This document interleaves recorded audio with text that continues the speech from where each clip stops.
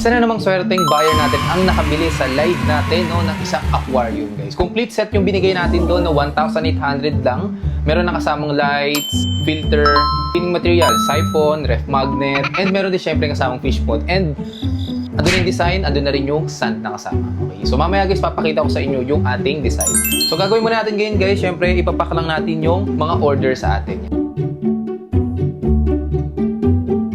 Papakita din namin sa inyo paano namin ginagawa yung pagpapackaging. So yun guys, meron tayong ginagamit doon na bubble wrap, styrofoam, syempre hindi mawawala yan. And minsan guys kinakahoy natin, especially pag mga aquarium din. Mga pala guys, yung nakuha sa atin ni client, 8x8 cube design yan. Gumamit tayo ng dragon stone, syempre, at meron din tayo mga driftwood o tunay na kahoy. So ano pa guys hinihintay natin? Syempre, kailangan na natin siyang ibalot. Ano sa tingin nyo guys? Steel yung 1.8 or lugi siya? Yan. Comment nyo nga sa baba kung anong opinion nyo. Kung makikita nyo guys, naglalakad lang tayo ngayon para i-drop yung ating mga delivery kay client. No? Medyo mahal na kasi yung gas ngayon guys, so di ko muna ginamit yung bike ko. So mahal kasi yung gas. Naglalakad din tayo guys para exercise na din syempre. Yun ang pinaka-importante, no? Kasi wala na talaga tayong pera guys. Yun naman guys yung view natin dyan, no? Habang tayo nag-jogging. Kano yung hanggang doon, no? Syempre pag aquascaper guys, ang naisip mo agad dito, bonsai. Yung building na yan guys, dati wala yan. Siyempre, ginawa na. Siyempre, kaya meron. So, yan yung ginagawa natin dati. So, dyan tayo nag-work dati guys. Nung tayo po ay nasa corporate pa, no?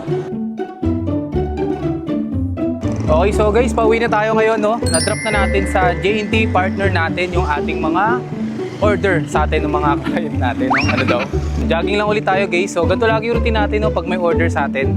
Live tayo sa gabi, tapos kinabukasan, dadrop agad natin sa mga J&T partners natin. Sinusubukan din natin mag-live pag mga hapon. So, para pag may mga sumabay pa, yan, syempre, within the day, no, pwede na natin siya kagad na i-drop. Uwi na tayo ngayon guys, no? Hopefully maayos yung pagkaka-deliver dun sa ating product na dinanap natin kanina sa J&T.